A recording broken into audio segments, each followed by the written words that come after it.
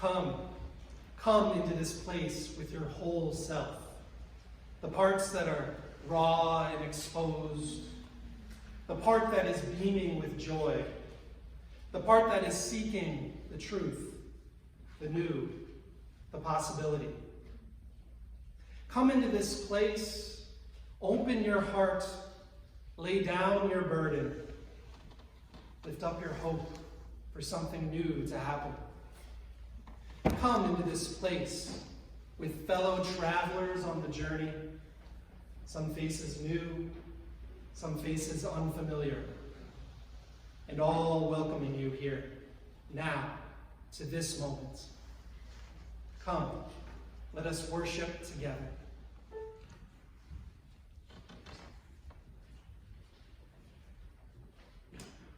O most wondrous God, Spirit of all that connects us and binds us, we invite your presence to be with us this morning as we enter into this time of meditation and prayer. Our hearts are full of anticipation for Thanksgiving. This morning we ask for just a few moments of rest as we catch our breath.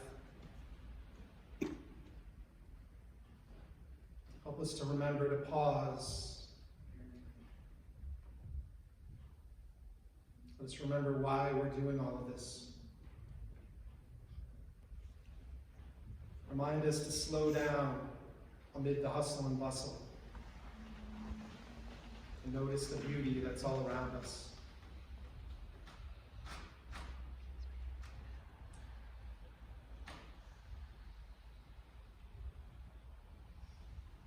Help us to remember the joy we can bring with simply a kind word, a gentle smile, a warm embrace.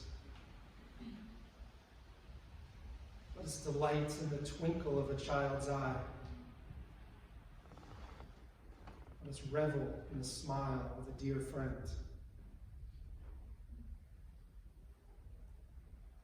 For during this most wonderful and sometimes most trying of times, let's not forget to hold each other and gently. Let's hold all of this in our hearts as we enter into a time of shared silence.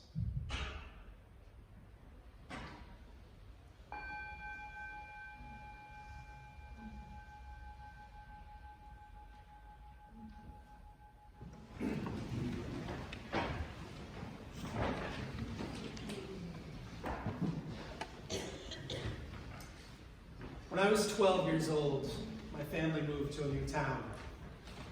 It was probably about the worst time for me to move. I was just entering 7th grade, middle school, puberty. You know, I remember being so angry.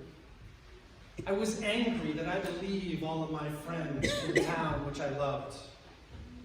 You know, I really resented that I was being forced to live in this new town with kids who were nothing like me. It seemed that everyone there had known each other since birth, and I was a new kid.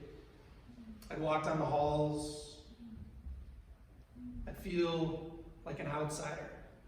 I would feel alone. Well, one afternoon that October, having just suffered through a miserable September, I started to realize that we would not, in fact, be moving back to the town which I loved, back to the home where I felt like I had a place, back to the town where I had friends. I walked outside of our new house into that chilly autumn air. My dog, Apollo, he came with me. At that time, he felt like my only friend. I got onto my bike and I rode. And I wasn't sure where I was going. I just knew I wanted to leave this place. Just wanted to go back home. Go back to my real home. I rode as hard and as fast as I could down that street. And Apollo, he ran right alongside my bike. And I think he thought we were racing or something. And just as I was at top speed, he jumped onto my bike. my bike tipped over, and I slid down the road for what seemed like forever. When I finally picked myself up off the road, I saw that my knees and my elbows, my hands, they were badly scraped. They were starting to bleed. I started to hobble back home with Apollo following slowly behind me. I was starting to feel the pain now. But I didn't dare cry, because if I did, the neighbor kids would see. And as many of you might remember, nothing hurts more than being made fun of. Well, as I finally made it back into my yard, I let it all out. I began to cry and shriek for my mom. It hurt. It really hurt. Well, my mom quickly brought me inside, and she sopped up the blood. She scrubbed the dirt and the gravel out of my wounds. She dabbed iodine on everything, which just, of course, made it hurt worse. She bandaged me up. She held me while I cried. And this pain I was feeling, it was just too much to bear alone.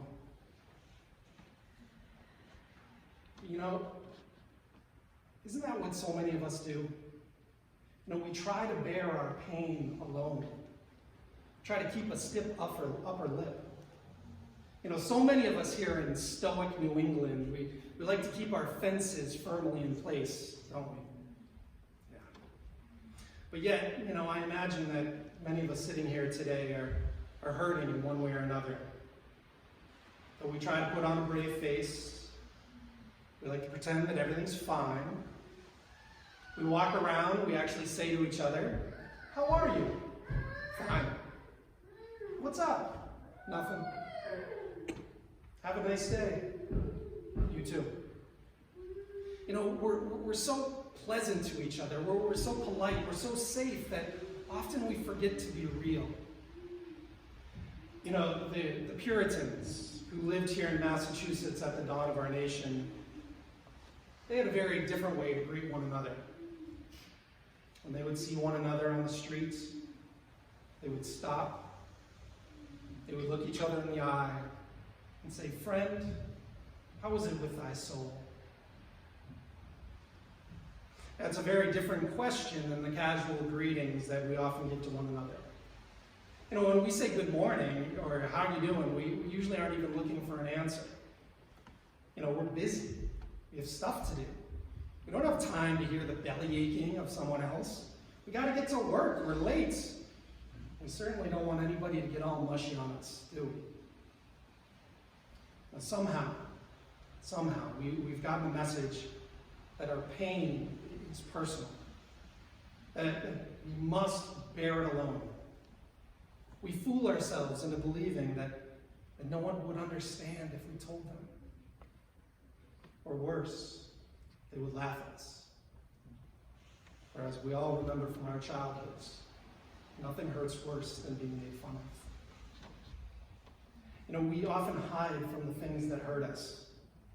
We smile, we nod, we pretend, while that stone in the pit of our stomach just sits there.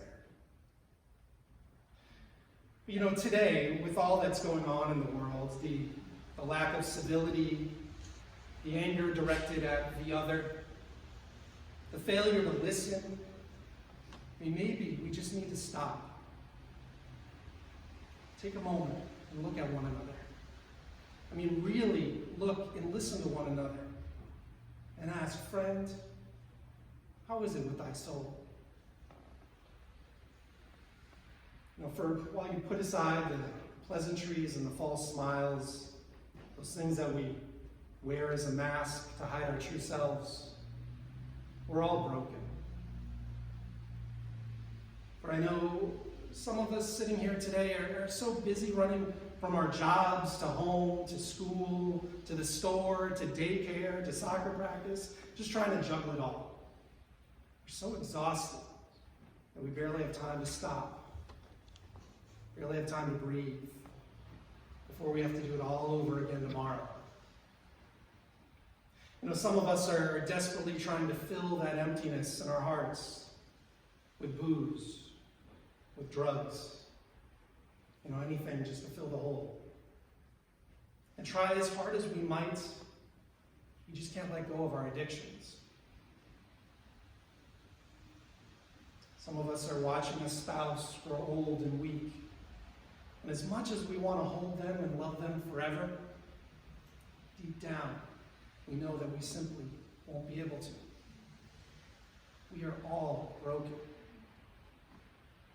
Underneath it all, we're all still that small child who just fell off our bike, crying for our mommy to hold us. Deep down, we're all just that little kid who wants our daddy to hug us and tell us that it'll be okay, that he's proud of us, and that he'll love us no matter what. We're all broken. From our reading this morning by Rumi, he says, "What about my eyes? God said keep them on the road. I said, what about my passion? God said keep it burning. I said, what about my heart? God said, tell me what you hold inside of it. I said, pain and sorrow. God said, stay with it. The wound is the place where the light enters you." Rumi is inviting us to look at our pain, to hold our pain. Only through seeing why we hurt and how we hurt and where that hurt comes from can we ever hope of getting better. We all like to walk around under the safety of our hard shells, pretending that there aren't cracks. But there are. There's cracks in all of us. As Rumi tells us, it's only through the cracks that the light can get in. His poem has often spoken to me when times are hard. Even in those hard times, the light does get in. And for that, I am so eternally grateful. I'm grateful, for the light that shines down upon us. Grateful for the rain that washes the world clean. Grateful for those friends and family who love us, even when we're at our most unlovable. Grateful for this community of support. And we here at First Parish have so much to be grateful for. The Vietnamese Buddhist monk Thich Nhat Hanh recently said, "Waking up this morning, I smile. 24 brand new hours are before me. I vow to live fully in each moment and to look at all things with eyes of compassion. To live in the moment. To let our hearts fill up with compassion. To notice all those things in our lives in which we're grateful for." So I'd invite you to look around this sacred space today. Look at all those warm faces of friends here in this congregation. Knowing that even though we see your cracks, you're safe. You're loved. You're home. For we know that the light of love shines brightly here. What some would call God glows in through these beautiful stained glass windows. The light of a friend's smile twinkles with the divine. Here, we are in covenant with one another and our God as we travel on this journey together. Isn't it reassuring that your community will pick you up when you fall? Will bandage your wounds when you bleed? Will hold the pain until it goes away? Because we know that someday we too will fall. So let us remember to stop every once in a while. Stop and look at each other. Really look at each other. and ask, friend, how is it with thy soul? Amen. Now I'd invite the ushers to come forward for our morning offering so that the work of this congregation may continue. Aspirations, bound by common faith and purpose, and yet beginning with ourselves as we are. Let us take one more step together in our unending quest for dignity, for justice, and for love.